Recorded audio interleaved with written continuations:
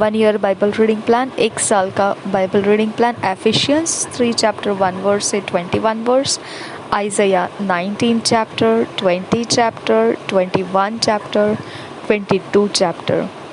1 साल का Bible reading plan, इफिसियों की पत्री 3 अध्याय 1 वचन से 21 वचन तक और यशायाह की भविष्यवाणी 19 अध्याय 20 अध्याय 21 अध्याय 22 अध्याय। हम इंग्लिश में पढ़ेंगे किंग्स जेम्स वर्जन में से, हिंदी में पढ़ेंगे BSI बाइबल में से। इफिशियंस 3 चैप्टर 1 वर्स से 21 वर्स पढ़ेंगे किंग्स जेम्स वर्जन में से। एफिशियंस चैप्टर 3 1 वर्स से 21 verse. The hidden mystery of their calling had been revealed unto him. He prayeth that their faith may be strengthened. First verse से पढ़ेंगे।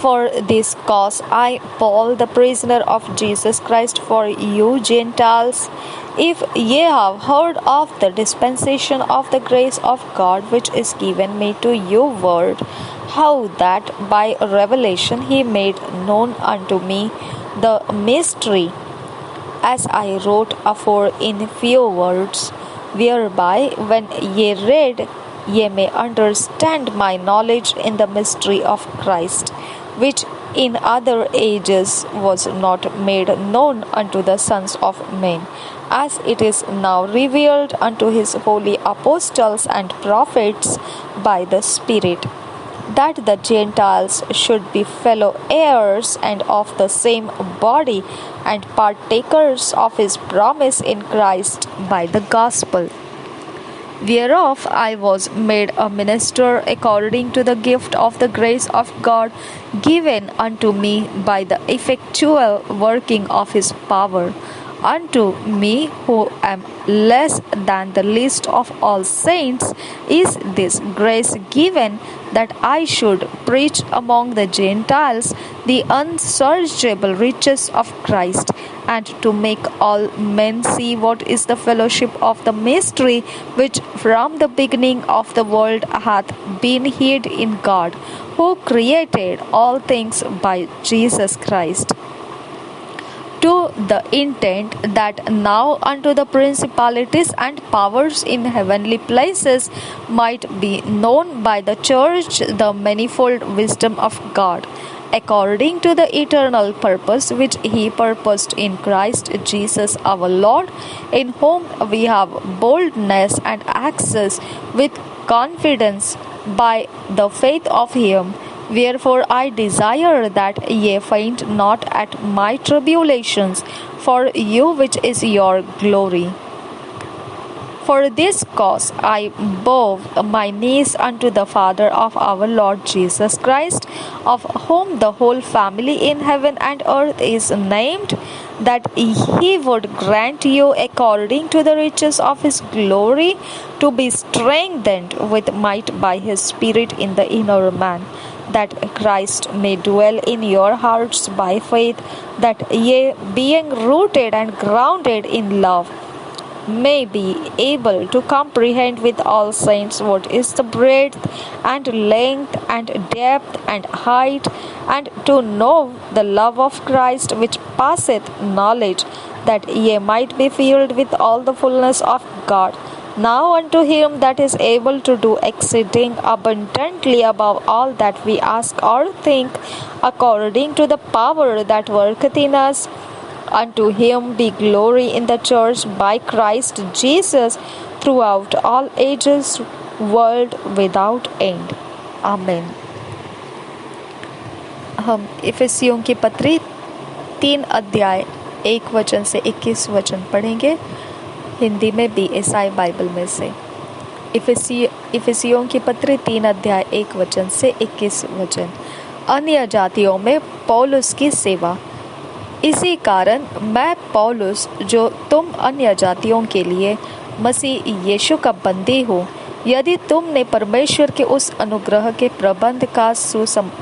प्रबंध का समाचार सुना हो जो तुम्हारे लिए मुझे दिया गया, अर्थात यह कि वह भेद मुझ पर प्रकाशन के द्वारा प्रकट हुआ, जैसा मैं पहले ही संक्षेप में लिख चुका हूँ, जिससे तुम पढ़कर जान सकते हो कि मैं मसीह का वह भेद कहाँ तक समझता हूँ जो अन्य समयों में मनुष्यों की संतानों को ऐसा नहीं बताया गया था, जैसा कि आत्मा के द्वारा अब उसके पवित्र प्रेरितों और भविष्यद्वक्ताओं पर प्रकट किया गया है। अर्थात यह कि मसीह यीशु में सुसमाचार के द्वारा अन्य जातीय लोग मिरास में साझी और एक ही देह के और प्रतिज्ञा के भागी है। मैं परमेश्वर के अनुग्रह के उस दान के अनुसार जो उसके सामर्थ्य के प्रभाव के अनुसार मुझे दिया गया, उस सुसमाचार का सेवक बना। मुझ पर जो सब पवित्र लोगों में से छोटे से भी छोटा हूँ, यह अनुग्रह हुआ कि मैं अन्य जातियों को मसीह के अगम्य धन का सुसमाचार सुनाऊं। देखो, सुसमाचार को अगम्य धन कहा गया है। आप सुसमाचार सुनाते हैं तो जैसे आप किसी को बड़े पैमाने में एक बड़ा अगम्य धन आप उसको दे रहे होते हैं। अगम्य धन जिसकी तुलना दुनिया के अंदर कोई पैसे, कोई जेवरातें, कोई भी बहुमूल्य बातों के साथ कहीं पर भी नहीं बैठ सकती है। ऐसी वो अगम्य धन आपके अंदर है जो आपको देना है लोगों को। 9 वचन, और सब पर यह बात प्रकाशित करूं। आप बोलेंगे कि ये तो लोग जानते हैं मसीह को, फिर भी ये हमारे द्वारा सुसमाचार सुनना नहीं चाहते, ये तो तुच्छ जानते हैं सुसमाचार को, ये तो व्यर्थ जानते हैं, ये तो मूर्खता समझते हैं सुसमाचार को। तो आपको ध्यान रखना है, उनके अंदर आत्मा को अभी तक परमेश्वर के आत्मा ने छेड़ा नहीं है। ओके, जब परमेश्वर का आत्मा उनके आत्मा को छेड़ेगा तो आप उनकी धुन, इतनी प्यारी और इतनी मीठी धुन आप उनके अंदर से सुनना शुरू करेंगे। ओके, तो ये एक एरिया ऑफ लाइफ है। आपने उनको सुसमाचार देने से रुकना नहीं है, क्योंकि पवित्र आत्मा ही वो काम करता है कि आप उनको सुना रहे हैं। ओके, वो ही रास्ता बना रहा है कि आप उनको सुसमाचार सुना रहे हैं। ठीक है, तो आपने उनके प्रतिक्रियाओं को नहीं देखना है, आपने ये देखना है कि परमेश्वर का आत्मा ही है वो जो उनको आपके द्वारा सुसमाचार रिलीज किए जा रहा है। गीतों के द्वारा, बातों के द्वारा, सोचों के द्वारा, देखने के द्वारा, ओके, कुछ भी उनके लिए भलाई करते द्वारा, वो सुसमाचार को पवित्र आत्मा ही एक कारण है जो आप उनके लिए ऐसा कर रहे हैं। ओके, और एक समय जब उनको पवित्र आत्मा उनके आत्मा को छेड़ेगा तो उस समय जो ट्यूनिंग उनका परमेश्वर के आत्मा के अंदर आएगा, बहुत मीठा, बहुत सुरीला और बहुत ही स्वाद भरा हुआ जीवन उनके अंदर शुरू हो जाएगा। ओके, तो आपने सुसमाचार उनके प्रतिक्रियाओं को देखकर रुकना नहीं है, उनके जवाबों को देखकर रुकना नहीं है, उनके कोई भी नफरत को देखकर रुकना नहीं है। वो आपको पागल समझते हैं, कोई परवाह नहीं है, आप पागल ठहरिए उनके सामने और सुसमाचार देते रहिए। ओके, आप बच्चलन ठहरते हैं उनके सामने, कोई बात नहीं, आप बच्चलन ठहरे रहो उनके आंखों में और सुसमाचार देते रहो। ओके, आप कुछ भी बदनाम ठहरते हो उनके आंखों के सामने तो कोई बात नहीं है, आप बदनाम ठहरिए उनके सामने और फिर भी सुसमाचार देते रहिए। ओके, आप फालतू या बेकाम या नाकाम या बदतमीज ठहरते उनके नज़रों में, कोई बात नहीं है, आप वैसे ठहरिए उनके नज़रों में, वो कैरेक्टर में ठहरिए, कोई प्रॉब्लम नहीं है। वो आपको उन कैरेक्टर से देख रहे हैं, नज़रों से देख रहे हैं, कोई बात नहीं है, और फिर वैसे रह के भी आप उनको सुसमाचार दीजिए। हालेलुया। ओके, तो ये सारा आपको ध्यान रखना है कि उनके ओर से हमको क्या मिलता है उसका भी हमने सामना करना है। और हमने मान लेना है। ठीक है, आपको लगता है हम बदचलन है, दैट्स ओके, और फिर हमारे पास जो है वो भी आप ले लो, सुसमाचार है। ओके ओके, आपको लगता है कि हम बदतमीज़ है, ठीक है, ओके, अब हमारे पास जो है वो भी आपको हम देते हैं। ठीक है, इस प्रकार से हमको सुसमाचार देते रहना है, देते रहना है, देते रहना है, थकना नहीं है, क्योंकि ये परमेश्वर के आत्मा ही का काम है जो आप उनका सामना करते जा रहे हैं। ओके, 9 वचन से आगे पढ़ेंगे। और सब पर यह बात प्रकाशित करूं कि उस भेद का प्रबंध क्या है जो सबके सृजनहार परमेश्वर में आदि से गुप्त था। हालेलुया। तो ये गुप्त बात है, सुसमाचार का अगम्य धन होना ये गुप्त बात है, ये प्राइवेट सीक्रेट परमेश्वर का रहस्य से रखा हुआ बात है, जो केवल पवित्र आत्मा अगुवाई करेगा किसी इंसान को, तो ही वो जाके कुछ दे पाएगा लोगों को। ओके, अगर अगुवाई नहीं है तो हमने आज रैप्सोडी ऑफ रियलिटीज में पढ़ा, हमने उन शब्दों को खुद होके लेना है और लोगों में जाके बांटना है और विश्वास करना है कि उनके जीवन में काम होगा। ओके, तो एक प्रकार है कि हमने खुद हो के वचनों को उनके पास लेकर जाना है, सुसमाचार को उनके पास लेकर जाना है। चाहे कोई आपके अंदर प्रेरणा नहीं है तो भी लेके जाना है। और दूसरी बात है कि पवित्र आत्मा खुद भी आपके अंदर से उन तक वचनों को लेकर जाता है, दोनों काम करता है।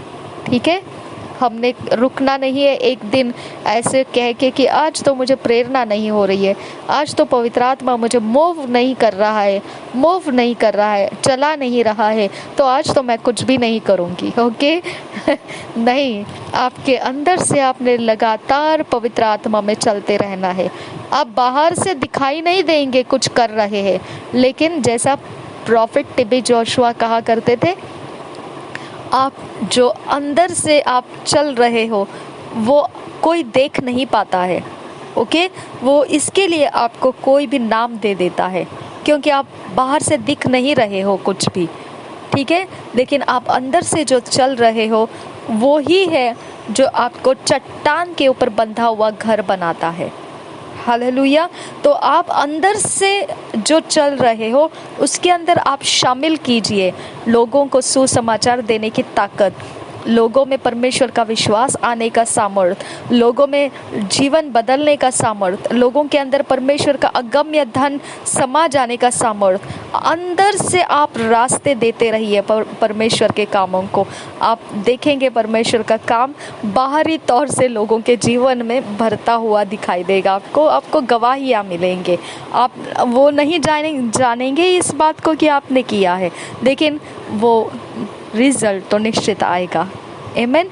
इसके लिए आप ये नहीं देखना है कि आपको प्रेरणा मिलती है या नहीं मिलती है, आप भले ही जो जानकारी आपको है पढ़े हुए वचनों के द्वारा, सुने हुए वचनों के द्वारा, उसको लीजिए, विश्वास जोड़ दीजिए और फैला दीजिए परमेश्वर के कामों को, लोगों तक जाने दीजिए उन वचनों को, और विश्वास कीजिए वो वचन काम करेगा। और दूसरी बात, परमेश्वर का आत्मा प्रेरणा देता है, उनको भी आप उठाइए, उन प्रेरणाओं को लगा दीजिए काम में, और वो तो काम करता ही करता है, वो तो सबको पता है।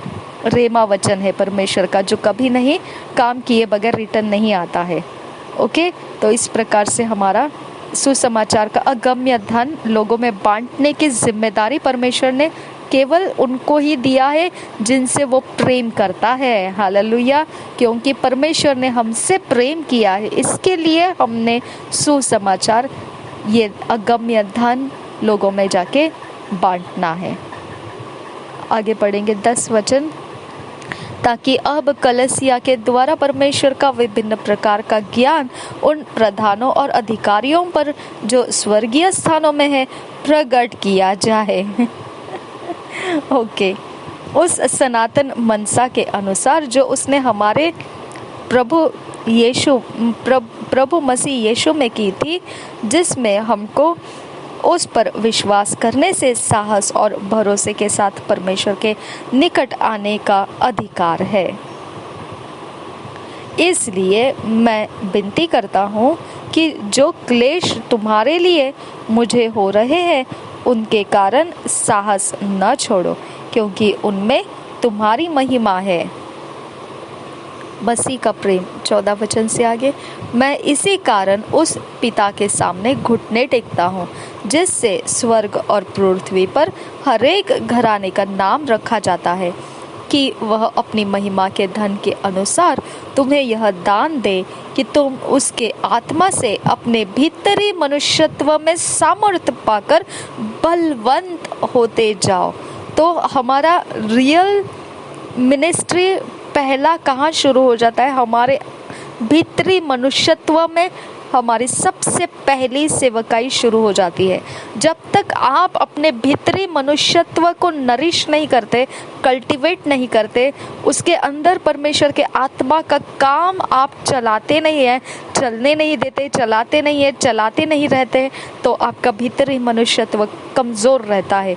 और इसकी वजह से आपके मुंह से ये निकलता है, वो लोग तो नहीं सुनते हैं, वो लोग तो टेढ़े ही है, वो लोग तो मानने वाले नहीं है, वो लोग तो ऐसे ही रहने वाले हैं, वो तो ऐसा ही रहने वाला है, वो तो बदलने वाला नहीं है। ऐसी बातें आपकी निकलती हैं, ओके, क्योंकि आपने भीतरी मनुष्यत्व के अंदर का जो कल्टीवेशन होना चाहिए था, जो मशागत होनी चाहिए थी, वो नहीं कर रहे हैं आप। इसकी वजह से आपने अंदर से उन बातों को परमेश्वर में बांटना शुरू करना है। लॉर्ड ये बातें हैं, लॉर्ड वो बातें हैं, लॉर्ड ऐसा है, लॉर्ड वैसा है, लॉर्ड ऐसे चल रहा है, लॉर्ड वैसे चल रहा है, लॉर्ड ये हो नहीं रहा है, लॉर्ड वो हो नहीं रहा है, लॉर्ड इस आगे नहीं जा पा रहे, लॉर्ड इसके आगे नहीं हो रहा है। ये सारी बातें आप भीतरी मनुष्यत्व में चलाते रहेंगे। आपका भीतरी मनुष्यत्व ही फिर आपको बाहर देखने की नज़रिया देगा, ओके। जैसे हम देखेंगे, हम परमेश्वर के भीतरी मनुष्यत्व में बनाया गया स्थान में से हमारी आंखें देखना शुरू करती है, ओके। जैसे आदम ने कहा, मैं तो नंगा था, इसके लिए मैं छिप गया था परमेश्वर तुझसे, तेरी आवाज़ को तो मैंने सुनी पर मैं छुप गया क्योंकि मैं नंगा था। तो परमेश्वर ने कहा, तुझे किसने कहा तू नंगा है? क्या तूने वो फल खाया जो मैंने कहा था नहीं खाना? ओके। जब हम दूसरों के दोष देखने लगते हैं तो इसका सबसे पहला जो गिरावट है वो हमने कुछ किया होता है, ओके। तभी हमको दूसरों की बातें दिखाई देती है। हालेलुया। पहले हमने अनाज्ञाकारिता कर रखी है, उसके कारण पहले व्यवस्था पाप की आपने तोड़ी है, तब जाके आपको पता चला ये पाप है, समझा? तो इसके लिए हमको बोला है पहले अपनी आंखों का लट्ठा हटा दे, ओके। दूसरों के आंखों में से निकालने से पहले तू अपनी आंखों को साफ कर ले, ओके। तो पहले आप निर्दोष बन जाइए, पहले हम अपने अंदर से निर्दोष बन जाना है, ओके। आप जो देखते हैं बुराइयां हो रही है, ये सब हो रही है, तो हम बोलते हैं कि ये बुराइयां हो रही है, ये दुष्टता हो रही है, ये गंदे काम हो रहे हैं, ये अच्छे काम नहीं। तो ये बोलने के तरीके हम में कैसे आ चुके हैं? कैसे हमने इसे बोलना शुरू किया? क्योंकि सबसे पहला हम उसमें हो चुके हैं जो परमेश्वर का अनाज्ञाकारिता है, ओके।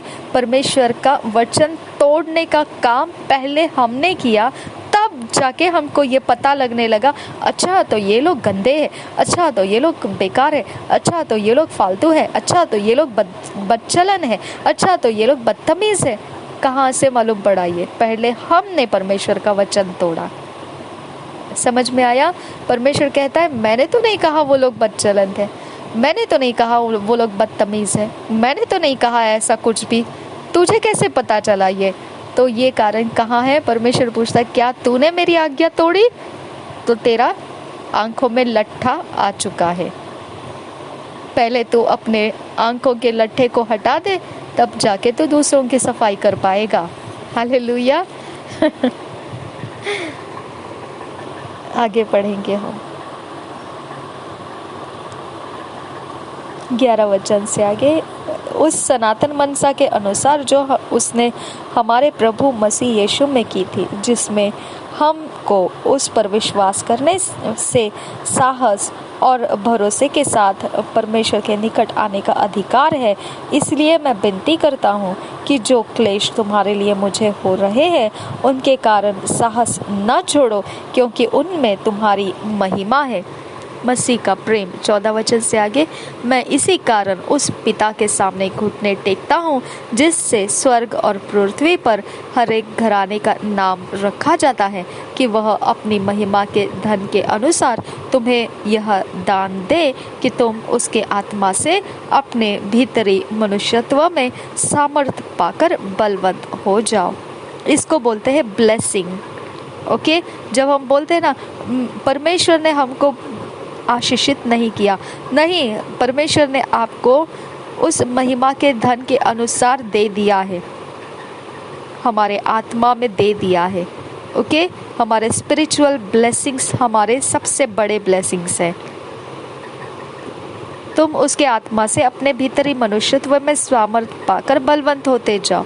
और 17 वचन से आगे, और विश्वास के द्वारा मसीह तुम्हारे हृदय में बसे कि तुम प्रेम में जड़ पकड़कर और नेव डालकर सब पवित्र लोगों के साथ भली भांति समझने की शक्ति पाओ। भली भांति समझने की शक्ति हमको लेना है। ओके, हम जैसे आंखों में पड़े लट्टे के समान हमने दूसरों के बातों के ओर हम न्याय नहीं करना है। हम न्याय कर सकते हैं, हम न्याय के बारे में बोल सकते हैं, हम न्याय कर भी सकते हैं, क्योंकि वो हमको परमेश्वर ने वचन के अनुसार न्याय करने का सामर्थ्य दे रखा है।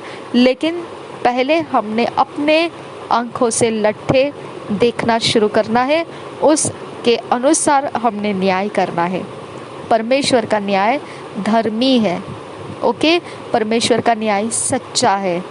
ओके, और दया के आधार से है।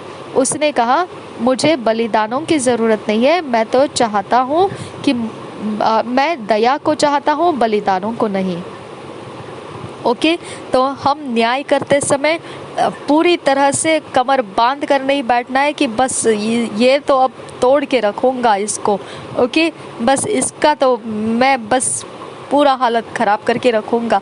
नहीं, हम जब न्याय करने को बैठते हैं किसी का, तो हमारे सामने दया, हमारे अगुवाई होनी चाहिए।